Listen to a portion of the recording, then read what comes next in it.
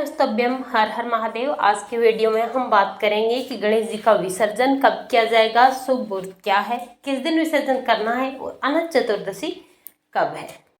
अब की बार तिथियों में थोड़ा कंफ्यूजन है। बहुत सारे लोग अनंत चतुर्दशी 16 तारीख को मना रहे हैं और बहुत सारे लोग 17 तारीख को भी अनंत चतुर्दशी का पर्व मना रहे हैं।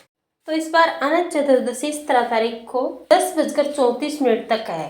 तो इस बार अनंत चतुर्दशी 17 तारीख को 10:40 पर है और 10:41 से पितृपक्ष प्रारंभ हो रहा है। तो ऐसे में पितृपक्ष में गणेश जी का विसर्जन करना ठीक नहीं है।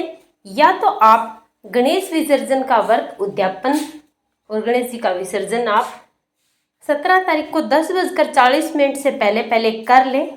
और अगर आप ऐसा नहीं कर पा रहे हैं तो सभी गुरुजन 16 तारीख को ही अनंत चतुर्दशी और गणेश जी का विसर्जन करने वाले हैं। और 16 तारीख को मुहूर्त भी बड़ा अद्भुत है। 16 तारीख को दोपहर के बाद 3:10 से लेकर 5:40 तक बहुत ही विसर्जन का अद्भुत मुहूर्त है। तो आप इसी में गणेश जी का विसर्जन करें।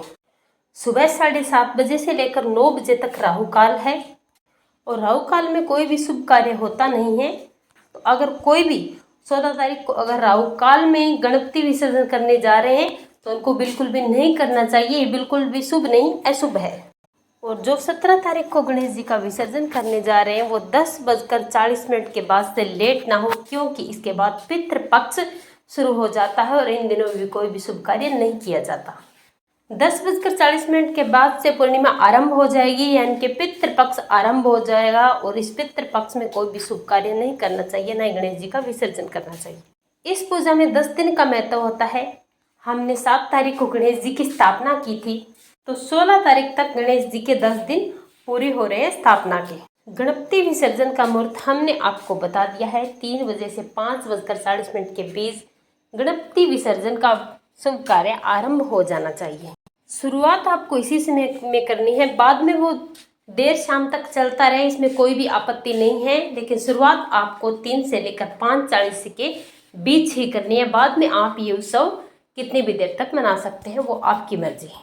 गणेश जी को जब विसर्जन के लिए उठाया जाता है तो उस समय भगवान से हाथ जोड़कर प्रार्थना की जाती है कि हे गणपति बप्पा, हमने आपकी 10 दिन के लिए स्थापना की थी, अब हमारे 10 दिन पूरे हुए, तो आप रिद्धि सिद्धि को छोड़कर सुख समृद्धि हमारे घर में देकर हमारी सारी मनोकामनाएं पूरी करके जाइए और अगले साल आप जल्दी फिर आना। ऐसा आपको प्रार्थना करना है। गणपति को अपने पूरे घर में घुमा देना है और आप ये विसर्जन अपने घर में भी कर सकते हैं। आपको किसी भी बड़े बर्तन में पानी भरना है, उसमें थोड़े फूल डालने हैं और गणपति बप्पा को 3 डुबकी लगाते हुए अपने घर में दोबारा आने के लिए प्रार्थना करते हुए आपको विसर्जन कर देना है। बाद में इस पानी को आप पौधों में भी डाल सकते हैं। और अगर आप नदी पर जाते हैं विसर्जन के लिए तो साथ में आपको लाल पोटली में मिठाई लेकर जानी है। मिठाई में आप कुछ भी लेकर जा सकते हैं, लेकिन लेकर जरूर जानी है। और अगर आप घर में विसर्जन कर रहे हैं तो आपको पानी में थोड़ी सी मिठाई अर्पित जरूर करनी है। आप इस बात का ध्यान रखें। विसर्जन आप घर पर भी कर सकते हैं और आप नदी, कुएं, बावड़ी, तालाब में भी कर सकते हैं। तो आप विसर्जन इसी समय में जरूर करें। अपने हाथ में चावल लेकर भगवान गणेश जी से कहें कि भगवान आप जिस दिशा से आए हैं उस दिशा में भी आप शोभा यात्रा करें और दोबारा से फिर हमारे घर में आए। और जहाँ पर आपने गणेश जी की स्थापना की थी वहाँ पर आप एक हल्दी का स्वास्तिक और एक कुमकुम का स्वास्तिक जरूर बनाए रिद्धि सिद्धि के नाम से, ताकि गणेश जी जाए पर रिद्धि सिद्धि आपके घर रह जाए। इस प्रकार से आप गणपति बप्पा का विसर्जन शुभ मुहूर्त में अपने आप बहुत ही अच्छे तरीके से सरल विधि से कर सकते हैं।